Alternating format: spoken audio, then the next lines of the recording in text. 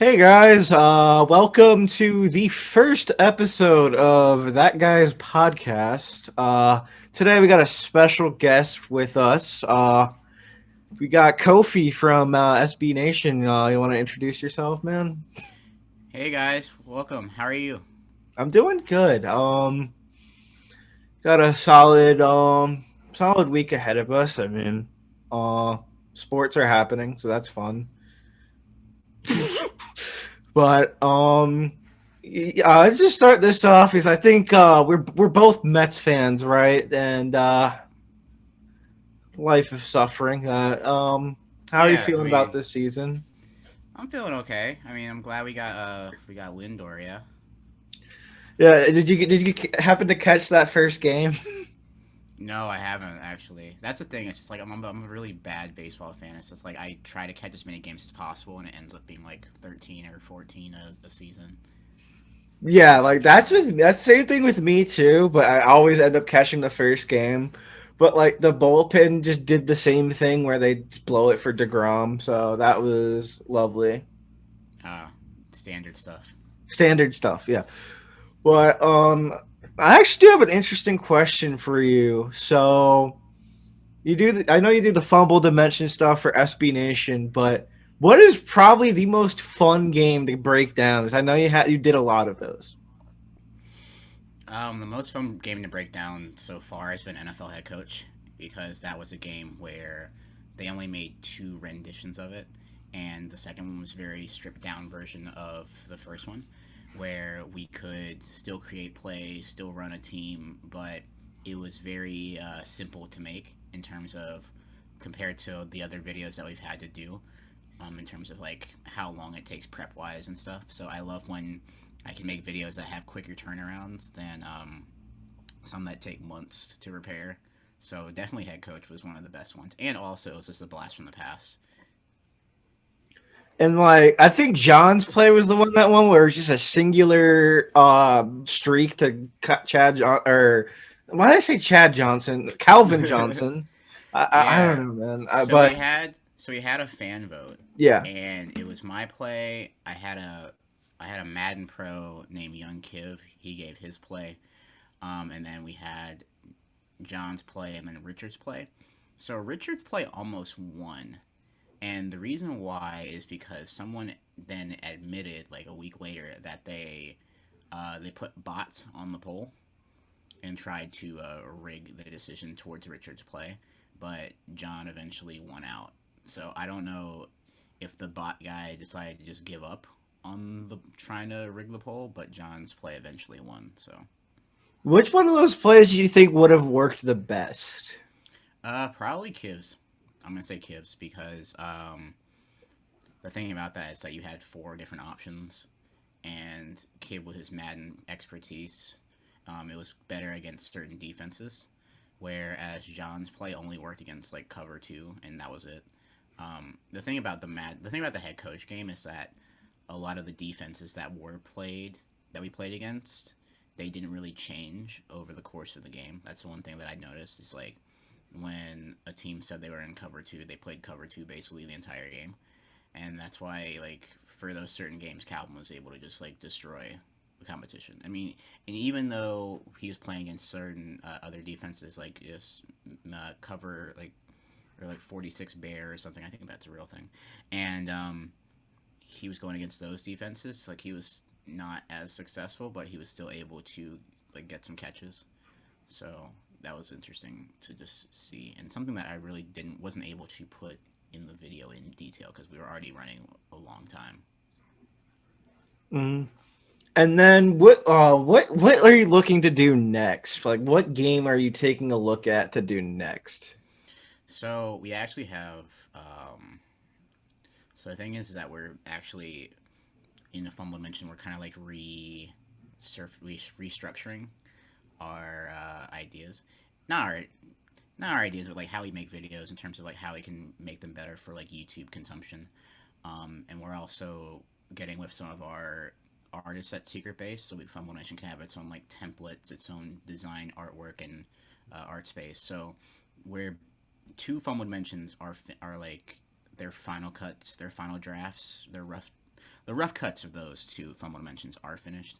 I think we're going to wait until we have four, and then we'll start to roll them all out.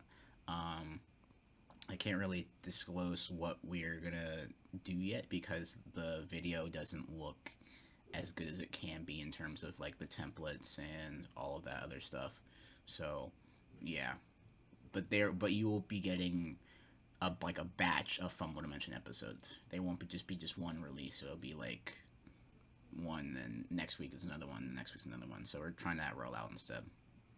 And would we be seeing stuff like that? I remember the out of the park baseball with the talking Mariners hat. That bit was pretty funny to me. What went into that skit?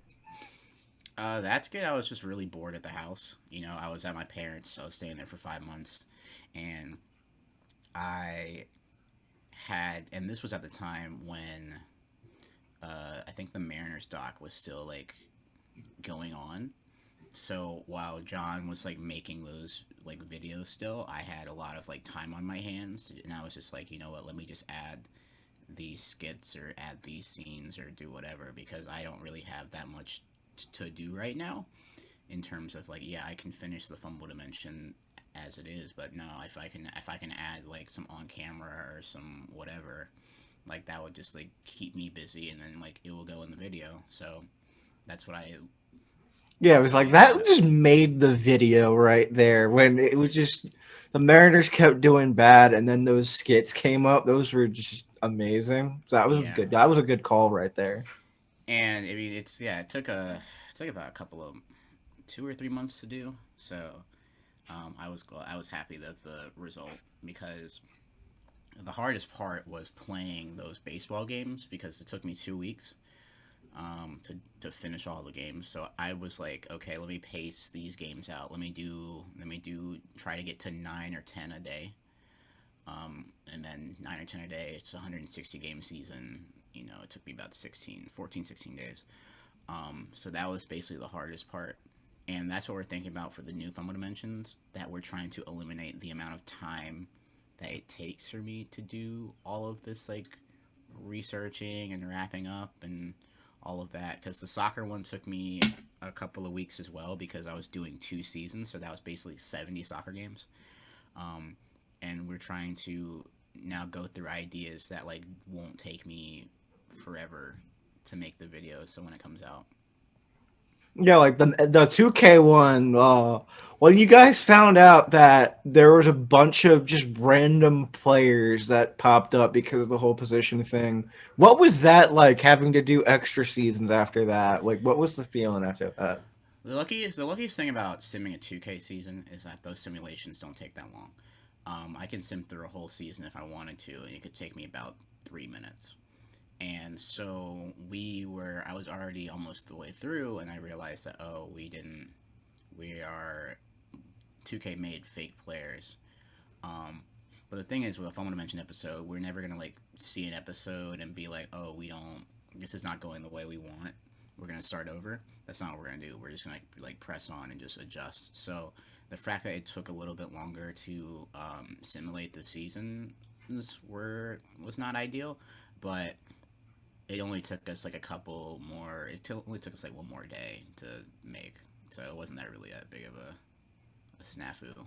And I mean, it did make for some interesting situations there. Like I was just rewatching it yesterday, and like the 49 overall dude, it was like 6'10", who Yeah, was playing against those guys. Like, how he think he was averaging like 91 rebounds a game in the finals or something like that. yeah, something crazy, and it's because like the simulations for 2K, I think that they're all overall based.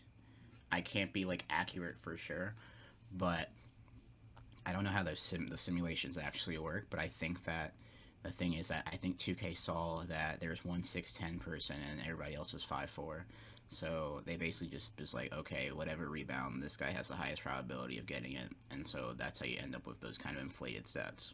Yeah, and then the guy averaged like 91 rebounds a game, but only had like 6 points. Yeah, and that was just because his offensive stats were so low as well, but the rebounds they just gave to him by default because he was tall. Yeah, that's pretty interesting. And then there's another thing I wanted to ask. I've noticed that you've been collecting hockey jerseys, and You can see I'm a big hockey guy in the background as Yeah. well. But what's your favorite hockey jersey that you've gotten so far? My favorite hockey jersey is this. I have an Atlanta Thrashers jersey. It's a Letton, and that one took a little bit of finding. I went to the Jersey Finder on Twitter, and I was like, I want an Atlanta I want an Atlanta Thrashers hockey jersey for under $100, and he was like, yo, yeah, I can do that. It might take me a while, but I was like, okay, take all the time you need. So then, like a week or two later, he comes back with this one, and I was like, okay, yeah, let's just get it. And so that's probably my favorite purchase. The other ones, I usually get like not expensive hockey jerseys. I'm not trying to spend $200 on a hockey jersey because that's just not me. So I'd rather spend like 30 or 40 and buy five than one for 200. Yeah, like this one in the back right there, that Bailey one costed me like $300, but I'm one of like two people who owns it. What is that? Bailey It's from. Josh Bailey 2018 All-Star Game jersey. I got Okay. it literally at the game. But the Okay. USA one back there, I got that for like $20. And I got a Senators one for like $30 back there. But Ah, I okay. buy all my Islanders ones real because I'm a big Islander fan. Ah, okay. Yeah, have you been following hockey, or is it just a new thing you picked up? So I'm like in and out. I remember when the Hurricanes won the Stanley Cup, we were all following that team. And then I left the state. So when I was in 2013, I left to go to University of Maryland, and but back in the day, because in growing up in Raleigh, the Carolina Hurricanes were the only pro sports team in Raleigh. There was that, and then there was NC State. And then I think actually no, sorry, the Carolina Courage. Well, the Carolina Courage used to be around, and then that league I think went defunct, and now they're back. But for a certain time in high school, it was only the Carolina Hurricanes. So I've been to more Hurricanes games than like any other pro event. So the thing is for me is that keeping up with sports now is really hard because as someone that I worked in sports for social media for 2 years, and the thing about it is that when you work in sports for such a long time, you like when you get off the clock, you don't want to do anything sports related. It's like extra work and stuff. So yeah, it's been harder to like just watch sports for fun now because it's just there's just so much to keep up with. So hockey is like one of those where I'm like, okay, if it's the playoffs, great, but I'm not gonna just sit there and watch a Tuesday night hockey game just because I have other interests. Yeah, like I feel that too because I mean I do a lot of work with FAU baseball and I'm always like at the field doing social media, taking photos. So like sometimes I get a little bit too drained from sports, but at the same time, I'm still at the point where I'm such a big fan of my teams that I just like don't miss the game still, and it Yeah, gets a little bit tiring. So I feel you there, man. yeah. And then you also have your music newsletter too, Infinite Shuffle Mode. But what's your favorite part about doing that? So I haven't done it in 2 weeks, but that's the thing because I've just been like so busy doing other stuff. I think my favorite part about Infinite Shuffle is that sometimes when I make the newsletter, the music is new to me as well. And it's just been a great way for me to just find new music and experiment with like figuring out new genres and new artists that I like and just passing them on to other people. And then other people share their music stuff with me, like who they've discovered and stuff. So it's really cool community that we've built in the last 30, 40 weeks. Um, and that's just something that I've just was like, yeah, let me do this. I want to explore music a little bit more in terms of what I can cover and what I can do. And then what's your favorite type of music? Like what genre do you usually listen to, or you like just free flowing of anything? Probably rap and then pop punk back in the day, and then like the 2000s pop and stuff. I like those.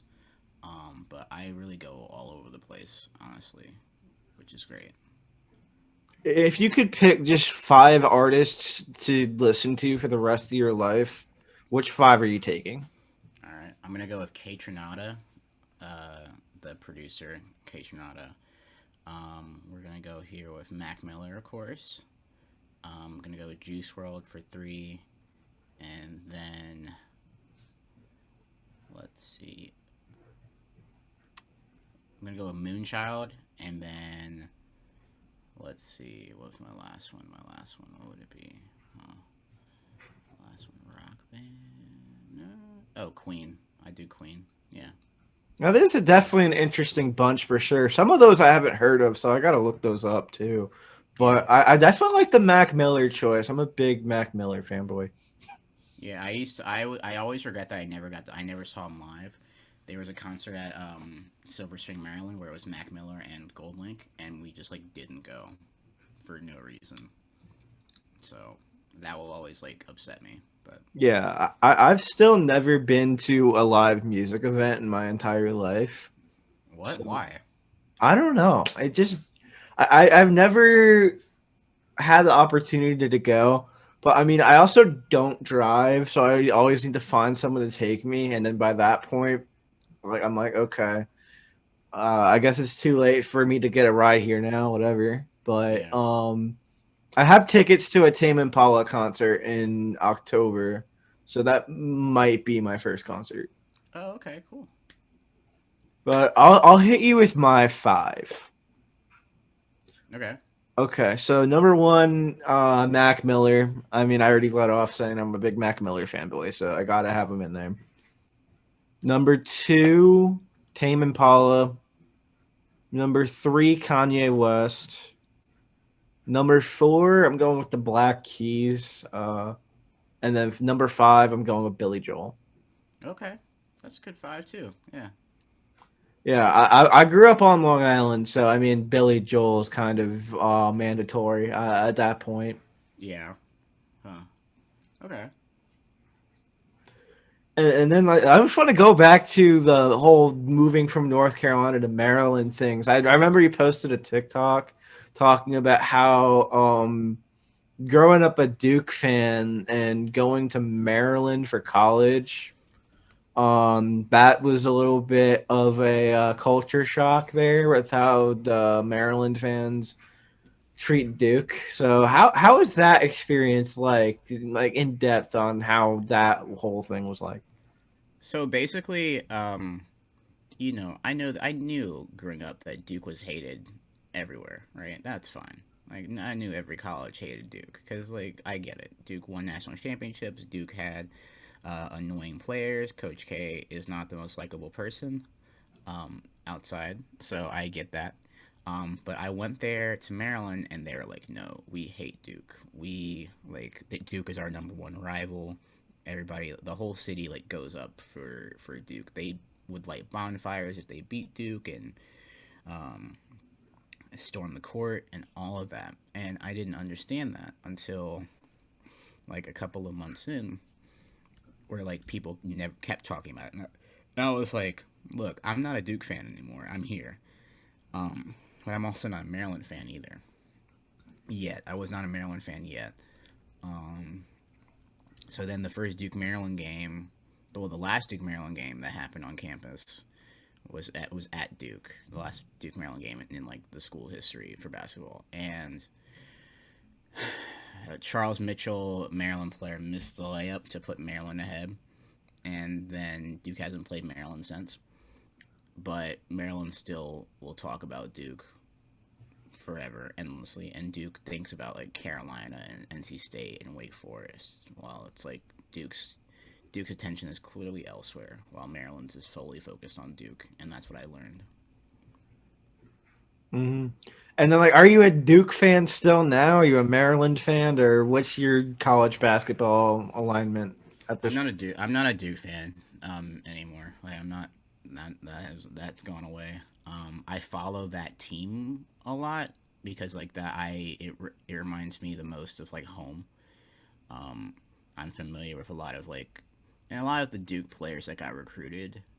Like they were people that I'd seen like play in high school, so it was cool to like see them like play and do whatnot. But in terms of like actually actively rooting for them, no. It was more like I was more of a Maryland person because even though like I didn't get to like make all the games, I still wanted them to be like successful. unless they were annoying. So Yeah, like, that's kind of something I'm experiencing too. Because I mean, I grew up an Oklahoma fan. I was born in Oklahoma City. I didn't even live there for that long, so my Oklahoma fandom's a bit weird hmm considering I grew up in New York. But going to FAU and like the first ever game FAU played, um, when I came here was a football game against Oklahoma, and I was covering it for the school newspaper at the time. And it yeah, was just so weird because I'm sitting there, and when Oklahoma's scoring, I'm trying not to cheer while I'm covering the game. I mean, I'm yeah, covering it in the office of the news paper because we couldn't get tickets to go to Norman. So I mean, I did it wouldn't have hurt if I cheered, but at the same time, I'm sitting there with my editor. I'm trying to be professional, whatever. I'm like, okay, I'm watching my current school get curb stomped by the school I grew up liking, and it was just the most conflicting moment I've ever had. yeah. Like, I didn't know whether to be happy or I'm like, okay, I just want this game to be over so I can write this article and go eat something. I think that the longer that you cover sports, the less attached you are to certain like teams, really. Because it's just like it's such a big part of your life. Um, Now that you have to cover like other things and other sports, that sometimes you just don't feel that you can focus on certain sports. So like I wouldn't be surprised if in like a couple of years that you'll start to feel more like neutral to certain teams the more teams that you cover. How is that like transition for you as far as like growing out of your teams and starting to focus more on the industry? Like, how was it going through that the motions while you were there? I mean that was it was not I mean I had no problem like dropping a team. Like there's not that's not a hard thing in my opinion. Um for me, like sports fandom growing up was very college based. It was very Duke, UNC, North Carolina State.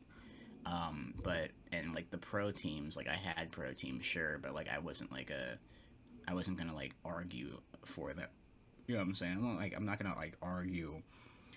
I'm not gonna argue with Steelers fans for the Bengals. Like I'm not gonna do that. That's not gonna happen. So my thing is that I learned how to just like subside all of that. But now that I'm not even really in sports media, it's kind of like not a bit, but it's like yeah, I like this team. It's sad, but like I like this team. It's cool, but I'm not gonna like get into a detailed Twitter argument over we should pick for the second round. Like I don't really care about that, and I don't think I ever really have, honestly. So for me, it was like it's easier to let go of certain things, especially in sports, because a lot of the stuff deep down, like it's inconsequential. Like sometimes you work in sports, but there are like some serious things going on. And then you realize that yeah, sports can take a backseat sometimes. Like it's fun. And then how did you end up with your pro teams? I know you like the Mets and the Bengals, and I'm forgetting what other teams. So what's the backstory behind how you picked them up? So when I was a Bengals fan, when I still am, um, when I was like 9 or 10, my mom came back with a Cincinnati Bengals pennant, and it was signed by the team, and I didn't have an NFL team at that point, so I just picked them, and I stuck with them for a long while. Detroit Pistons just liked the I just liked the Ben Wallace, Rasheed Wallace, those Pistons teams. And then the Mets. I grew up in North Carolina, so we would get a lot of Braves and Yankees games, and I decided to pick the main rival of those two, so I ended up being a Mets fan. And the Carolina Hurricanes are the only in city team that I supported. Yeah, I actually kind of had a similar situation about how I became a Mets fan too. So I grew up in New York, and like half my family was like Yankee fans. I had a couple Mets fans sprinkled in, but like my dad was a Red Sox fan, Yeah, and they were all winning championships while I was a kid. And I don't know why, but I mean, I guess I just like pain. And I'm like, I'm not going to be a Red Sox fan. I'm not going to be a Yankee fan. Let me just decide to be a Mets fan. Yeah. And that's been the story since. I regret every single minute of it, but I still. Every single minute of it. I mean, we made it to the World Series a couple years ago. Okay, maybe not that minute, but almost. I mean, we might finally be good this year, but Right. I've had to watch my dad run around the living room and scream about 3 times, and none of my teams have ever done anything. So Yeah. I feel that. I just can't wait till I can do it on him. Yeah. But at the same time, I don't even know when it's gonna happen, and by then I'm probably gonna be like in some sort of job where I can't do that. Yeah. I mean, it is what it is, though. I mean, Hmm. you can always just like text your dad about it or something. You know. Yeah, that's always true. That's always true. Yeah. But I also have another thing. Is I mean, one of my friends said he got into a little like he replied to your Twitter thing about unpaid internships and got into a little Twitter argument there. What's your thoughts on I guess just the whole unpaid internship thing that I just brought up that conversation because No internship needs to be unpaid. Like if you don't like if you can't pay for the work, then you shouldn't have that position shouldn't be open in general. You know, the thing that a lot of people don't understand about unpaid internships is that unpaid internships are a systemic thing, which shuts out people that can't afford to like basically can't afford to volunteer at these media places. And media places, there's a lot of gatekeeping where a lot of media places will be like, well, if you don't have the internships and the experience, well, you can't get looked at seriously for this job. But then how can you get the experience if you can't afford the unpaid internship? So it's like that kind of a loop that a lot of people are um, ignorant to, where you can't, because sometimes you have a choice where your family will be like, okay, yo, you can do this shit for free, or you can go get an actual job for the summer and make some money and pay for college or do whatnot. Because like it's not even just an unpaid internship. You actually lose money when you do an unpaid internship, when you put into account commuting cost, um, if if you might need certain equipment that the company won't give you because you're unpaid, then you might have to provide for that, and then your own food. So it's not even like you are breaking even. You are making below. You are losing money working at this unpaid internship for an experience that you don't even know would be enough to get your foot into the door. So that's why I'm really not with unpaid internships at all. yeah, I agree there too because I mean, I'm actually working something similar to an unpaid internship, but it's for like a small website, and I know they mean well, but I mean, I had to drop like $700 on a camera, and I'm making like $40 a week covering games. Yeah. So I mean, that's not the greatest situation, but I mean, I got lucky with college scholarships, which I might lose because my grades are slipping. Okay. So I mean, I completely am feeling the brunt of that too. But I mean, I got a little bit luckier than most people, but I definitely agree there. You made some good points. But how was it like after college? Like, did you have enough experience from college to find something, or did you find what was that like? Yeah, so I have been working at SB Nation for 4 years, and for that last semester of my senior year, I was working full time at SB Nation, and that's because I had made good enough connections with my then boss.